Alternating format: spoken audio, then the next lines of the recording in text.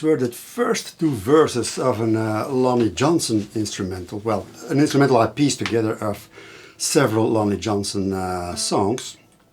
And it's called Blues in My Fingers. I recorded it earlier on a 10-string guitar. But now we'll do a lesson on the first two verses of this song. And I transcribed the full song, which has 8 verses. And the rest of the song will be taught in an ebook I published, and you'll find more information of that also in the video description. Also the tab you will find to the first 2 verses in the video description, a direct link. And let's start with the lesson. So I'm gonna change the camera angle and then we'll start with it. First of all, Lonnie Johnson played, well, between 1925 and 32, sorry. He played in one tuning, mainly about 98% of his 130 songs he recorded. And I put some links in the video description as well to some other songs. In the same tuning, it's called G6 or drop G tuning. And the first 4 strings are in standard tuning, and I'm wearing Capo on the 2nd fret. But you tune down the 5th and the 6th string a full tone. So without a capo it would sound like a G, but with a capo now it sounds like an A. And without the capo the 6th string would sound like a D, but now with the capo on the 2nd fret it sounds like an E.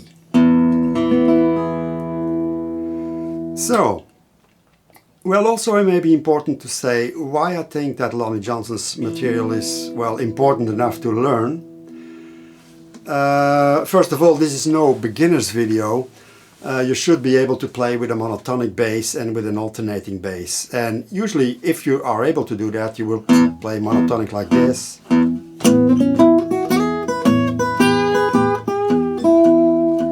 And you will be able to play with your fingers some individual notes. But your thumb is your timekeeping. Also with an alternating bass.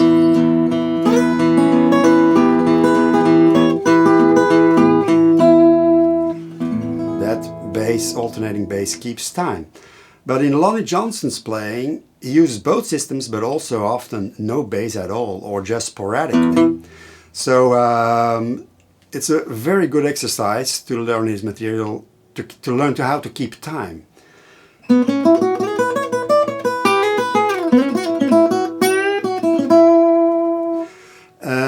So your single string runs don't sound out of sync with the rest of the rhythm. And that's the most difficult part, I think, of his playing. And I think that's also one of the most well, important features that many students lack. I've seen, for example, my song called Bad Blues played by several other players, and what they lack is when they start going for single string runs is the rhythm breaks and it picks up when they playing the bass again, but it sounds out of sync. And learning this kind of material will help you with that. Okay, you got your tab with you, and I'll play the introduction.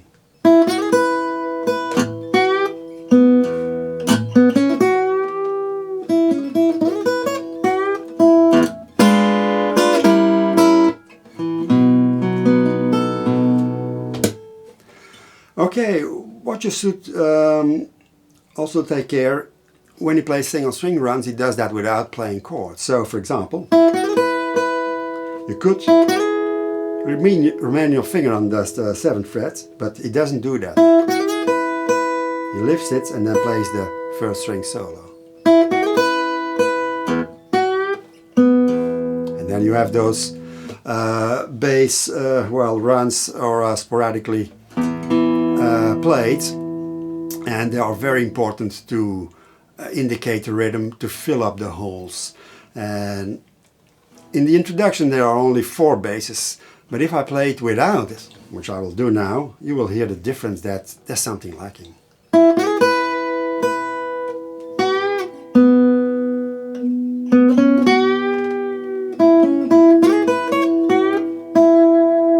Now with.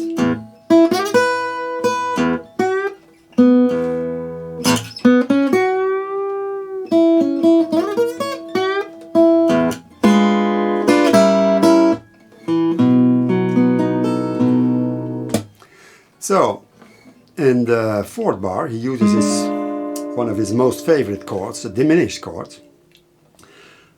5, 4, 5, 4, and he uses these chords all over the fretboard. And the great advantage of diminished chords is that they, let's say they are neutral.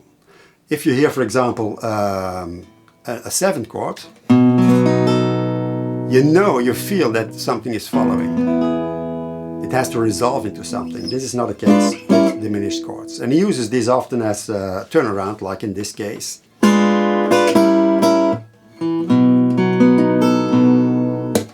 And I'm picking that with my 2 fingers for the first 2 strings and the temp. And I'm picking hard enough that the 3rd string will ring also. You hit it and then... Now in this key of, in this tuning, of course for the first chord you have the D chord, you have your open D string and also the 4th to help you out. And when you're playing in the 4th chord, the G, for example here, you have that G in the bass here, but you're getting trouble in when you have to play the 5th chord, which is the A7. Normally you would play it like this, but you have to cover the 5th string as well on the 2nd fret to get that A in the bass. And you can do it like this, or with a bar. I do it like this. And then 1 finger here and 1 finger here.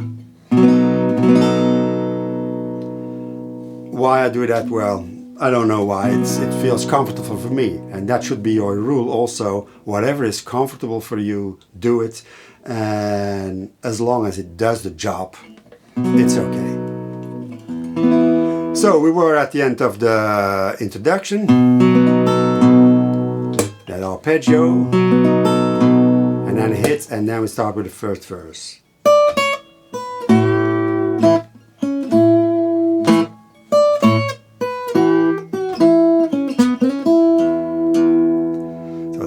The first 3 bars, and you hit that, and here we have a bend and a bass, and we let the bass and the bend ring, and they will mute with the right hand immediately after that.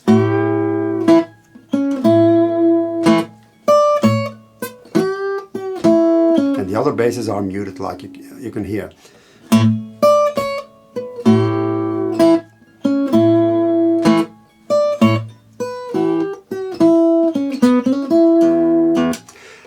The muting is done, well, the basses are played in 3 ways. You could play them open, like we did in the first note of that.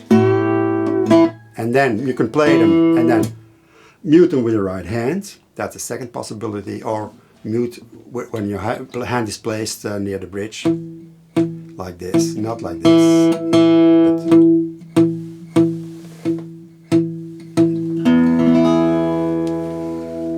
And when doing bends, the 5th fret 2nd string bend is, well, one of the most important notes in his music. He's doing that constantly. And I usually take it with the 3rd finger if I'm fast enough to get there. And I let my other fingers, the 2nd at least and the 1st sometimes, help with that bend. And if, in this case, your 1st finger is already in place to play that 3rd fret. And slightly bent, do sort of a B.B. King vibrato.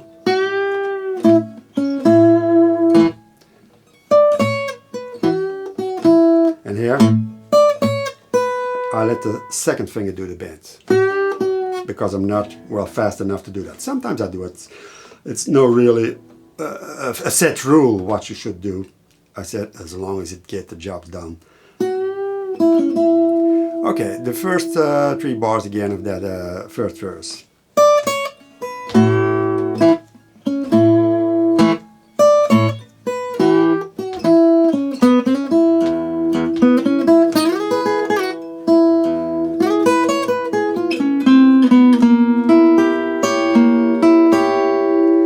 So, the 8th bar we had that.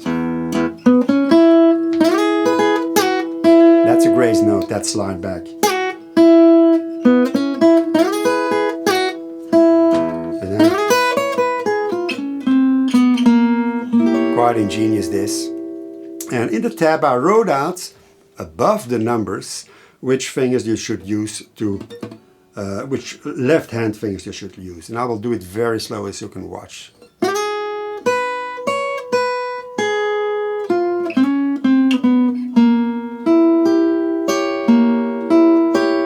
Okay, one more time.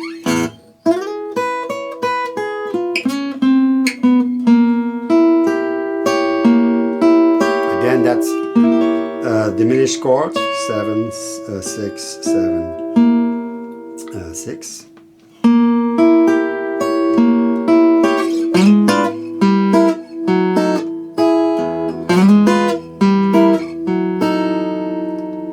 And then we go to the second verse.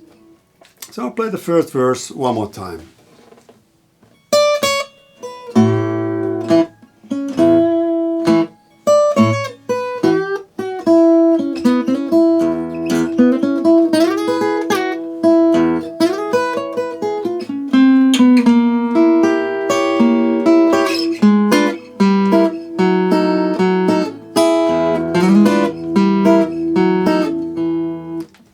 And then he does something which I think is ingenious.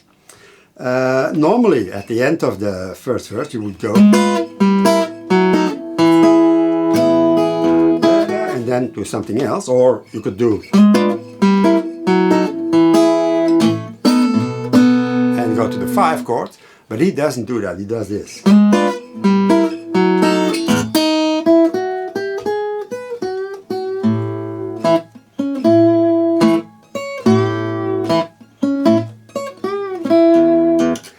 So I think it's very ingenious to really start with the second verse when the first verse is not yet fully finished. You have that feeling, but I think it's really, really cool.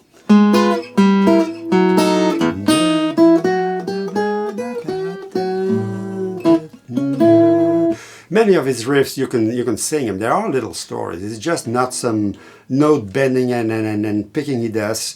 The riffs are really little stories. They are thematic, which I really like about his work. So,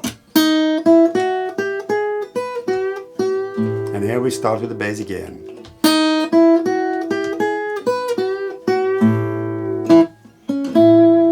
Note the muting.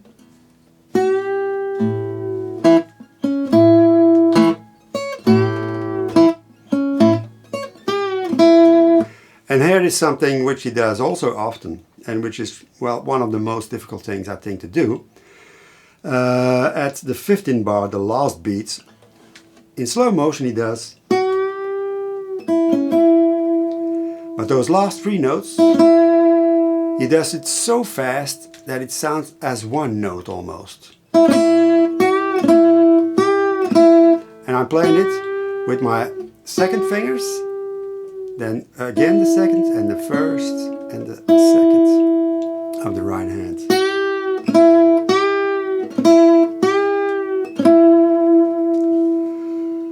If you're not able to do that, you could go around and then simply play the 5th bend and then go back to the 1, of course.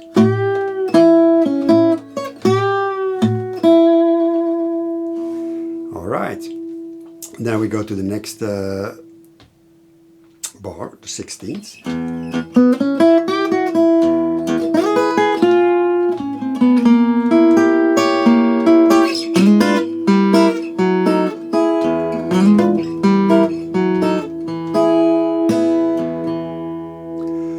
So what he does there, in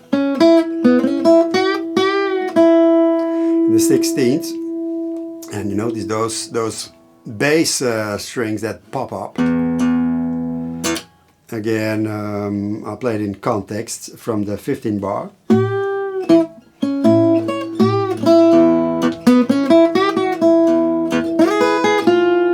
This is the same thing that we did before, but with a slight variation and also different fingering.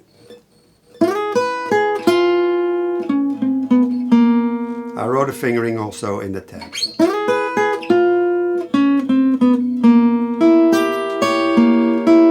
again.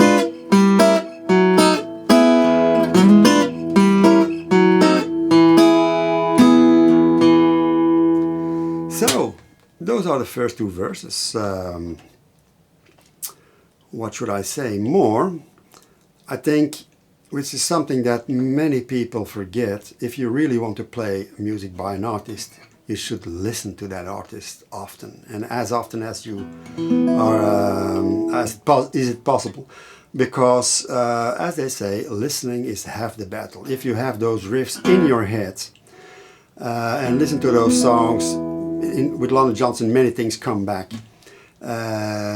You will get a feeling, and since he plays in the same key 98% of his material, you can really hear where he is playing.